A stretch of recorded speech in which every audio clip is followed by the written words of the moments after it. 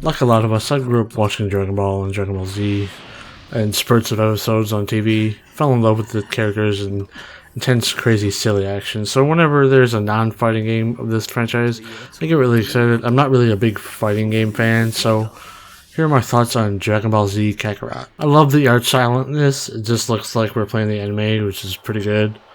The character models keep last open world look exactly like the anime and manga pages. I played this game on base Xbox One, so I'm assuming on a more powerful console this is going to be looking really great, better than what I saw. Look, the way the special attacks look so colorful and powerful. I started off playing this game with English voiceover, but switched it to Japanese. I just found it better sounding since I've already experienced the DBZ story so many times in English, and I don't need to hear the cast again. Now, I'll be honest, I recently reread the manga, and I'm currently watching the whole series again, so I sped up the dialogue and skipped some of the more useless cutscenes, which is usually I don't do in games, but since I know the story, know what happens, I skipped them. But I watched the most important ones, like the fights and all that. This is something...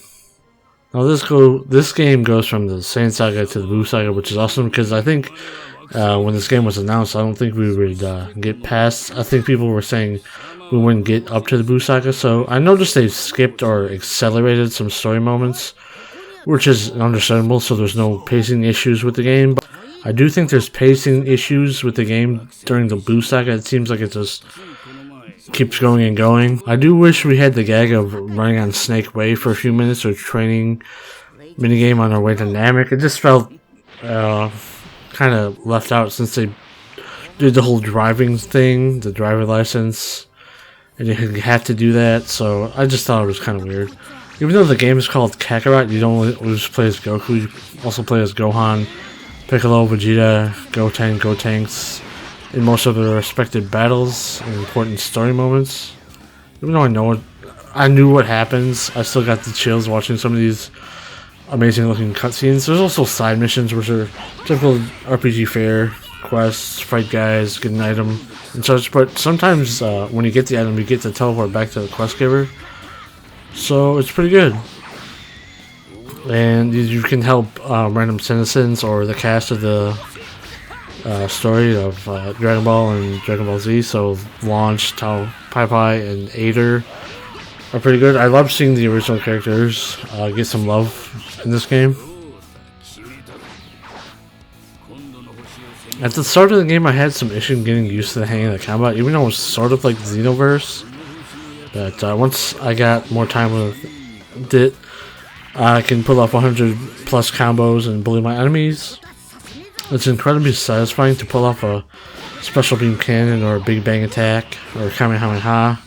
Personally, I have a problem with this, being able to pop them off at will, and then because when the cutscenes play out, we're not in control, and I feel like we should have like a QTE so we could feel something that we're doing it ourselves, something like Asura's Wrath does. Don't get me wrong, the scenes are really good looking, but I just wish we could do it so we could have more impact while we're watching it. The game is incredibly easy with the healing items and battle.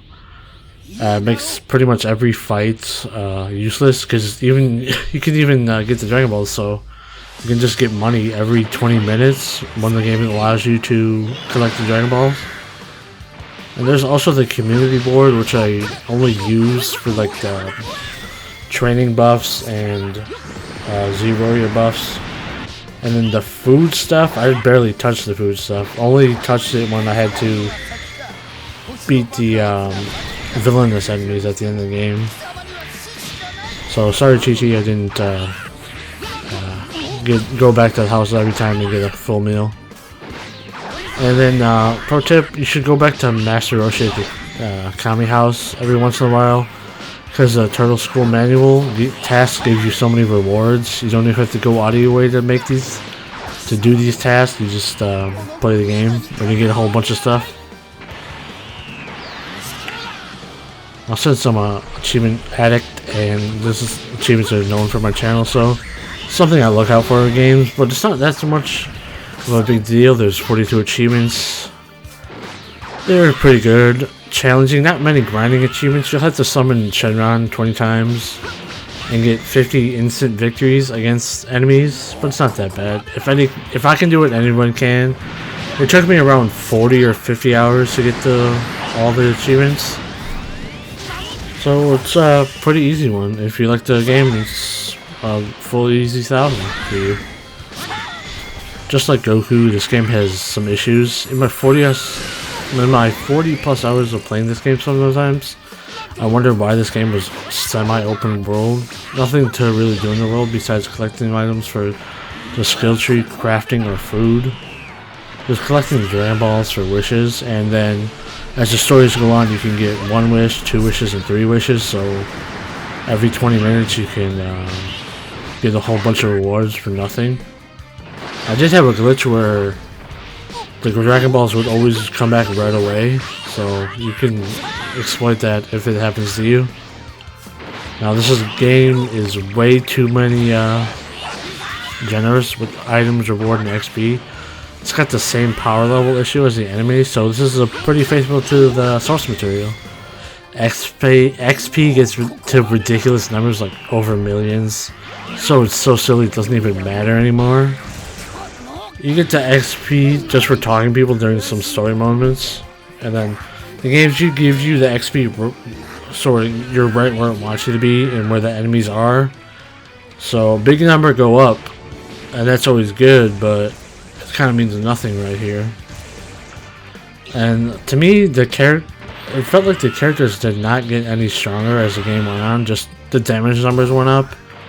But I did notice I got better with the combat, so maybe that's what the devs were intending to happen. And the frame rate while entering battles is terrible, and the sustained Super Saiyan mode during those, it's makes it even worse, and then you get enemies get a free hit off of you. And then I'm sad there was no Goten and Trunks fusion failures. Now if there was, I probably skipped it, but I didn't see any. And then if you know the whole story of the saga in this franchise, the whole video game trope of winning the fight but losing the cutscenes is turned up to 11 here. I would rather lose or have the battle end before we drain the boss's life bar, so it makes sense kind of thing, instead of we just saying we win, we get the rewards. We should just lose right away or lose halfway. Oh. This game is dripping with love for the Dragon Ball franchise. See it everywhere. The Z Encyclopedia is a great way to look through if you misremember something or you want something to show people if they want to get more into this world. I really enjoyed my time with this game. Fun combat, always nice to immerse myself in this world. If you're a longtime fan or a newcomer, this game is great. I think it's one of the best anime games of all time now. I haven't played a bunch because most of them are arena fighters or just fighting games in general, so I will give Dragon Ball Z Kakarot an 8 out of 10.